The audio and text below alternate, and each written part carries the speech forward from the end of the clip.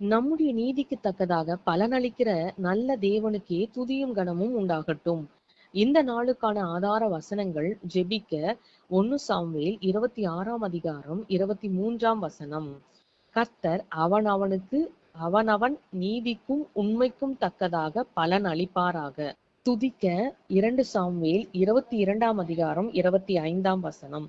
கர்த்தர் என் நீதிக்கு தக்கதாகவும் தம்முடைய கண்களுக்கு முன் இருக்கிற என் சுத்தத்திற்கு தக்கதாகவும் எனக்கு பலனளித்தார்.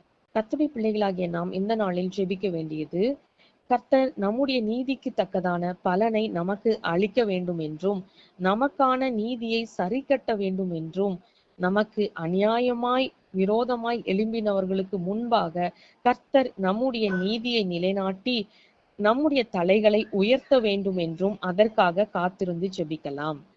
துதிக்க வேண்டியது, கர்த்தர் எல்லாருடைய நீதிக்கு தக்கதாக பலனளிக்கிற தேவனாய் இருக்கிறார். ஒரு நாளும் நமக்கான நீதியை அவர் மறுதலிக்கிற தேவன் அல்ல. நீதி உள்ளவனுக்கு அவர் நீதி உள்ள தேவனாய் இருக்கின்றபடியால் அந்த நல்ல தேவனை நாம் மனதார நன்றியோடு ஸ்தோத்திரிக்கலாம்.